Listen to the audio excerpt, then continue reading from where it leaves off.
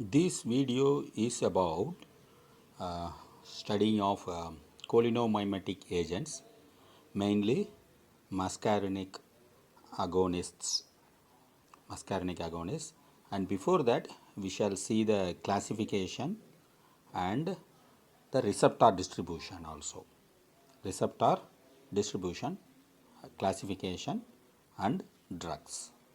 Now, this is the receptor distribution of muscarinic nature, and it is first one is M1, and it is distributed in brain, exocrine glands, autonomic glands, and examples of those things: sleep arousal, REM, rapid eye movement sleep, emotional nature of the human, stress, memory, learning, and Alzheimer.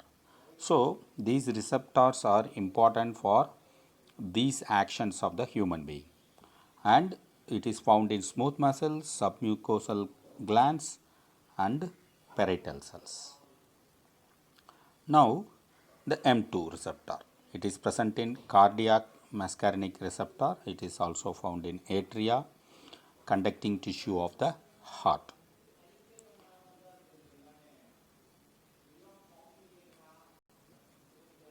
Now, coming to the M3 receptor. M3 receptor, it is present in glandular muscarinic receptor. It is found in exocrine cells or exocrine glands, and they are lacrimal, salivary, bronchial, pancreatic, mucosal. So, these are the glands that is innervated with M3 receptor. It is found in smooth muscles. So, it is useful in contraction of the smooth muscle and also produces vasodilation. For M4, it is present in trachea, smooth muscle, and action and presence is similar to M2 receptor, and it inhibits the release of acetylcholine. So, it is autoreceptor like action, and M5, it is present in substantia nigra, and it helps in dopamine release. For the N1, it is present in neuromuscular junction, and N2, it is present in autonomic ganglia, CNS, and it is present in CNS.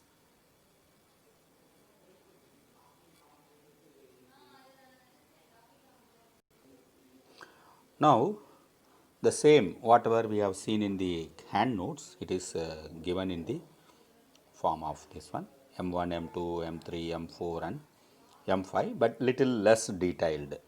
Okay, it is present in gastric, it is in heart, it is in eye, GIT, bladder, bronchi, glands, exocrine glands, and all of them are having the CNS. Then NM is giving neuromuscular junction, and it is present in neuronal phase, that is ganglia, preganglion, and an adrenal medulla.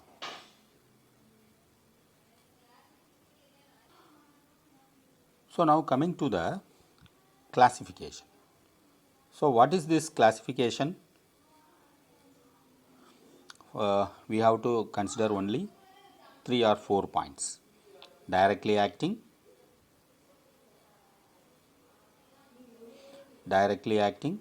indirectly acting. Directly acting means the drugs which binds to the muscarinic receptor and produces similar action as that of acetylcholine. So, whereas indirectly acting. So, indirectly acting means it produces action by destroying acetylcholine esterase, which is which disintegrates the acetylcholine. So, when acetylcholine degradation is stopped, you can increase the presence of acetylcholine in the synapse and causes the increase of the agonist action. Now they are coming under two categories: reversible, irreversible. So just this much information you gather from this part of the video. Then we shall see the hand notes for as per the syllabus drugs. So this is the classification as per our pharmacy syllabus, that is direct acting, indirect acting. In the indirect acting, we have to study about the reversible inhibitors and irreversible inhibitors.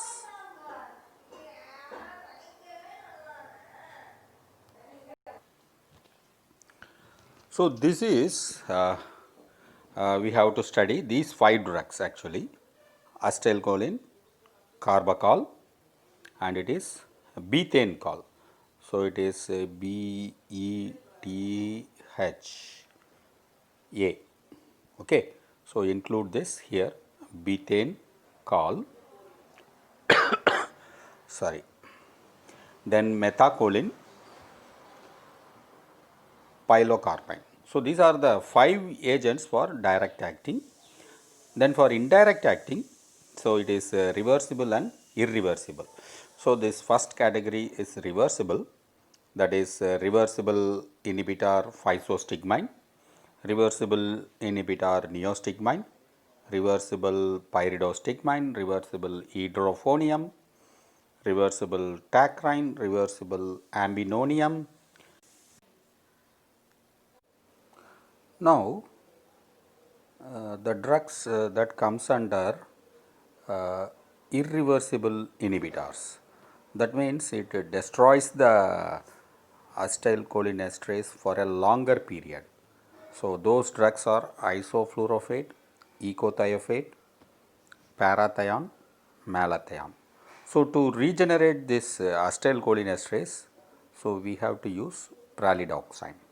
So this is the only drug available to restore the destroyed acetylcholinesterase because of this phosphate nature of this irreversible inhibitors. So totally you have to study 16 drugs.